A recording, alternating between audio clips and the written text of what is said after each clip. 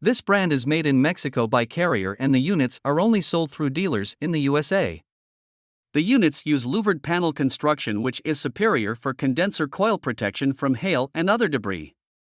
They have a durable baked-on paint with a polyester top coat to keep the units looking good for years to come, but they use R410A, which is not as environmentally friendly as brands that use R32. The units feature variable speed blower motors for quiet and efficient operation and durable stainless steel heat exchangers.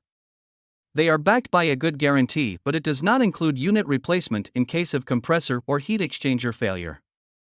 The Legacy Line 577C models combine a basic 13.4 SEER2 air conditioner with a basic single-stage 81% AFUE gas furnace, while the 677C models combine a basic heat pump with the gas furnace.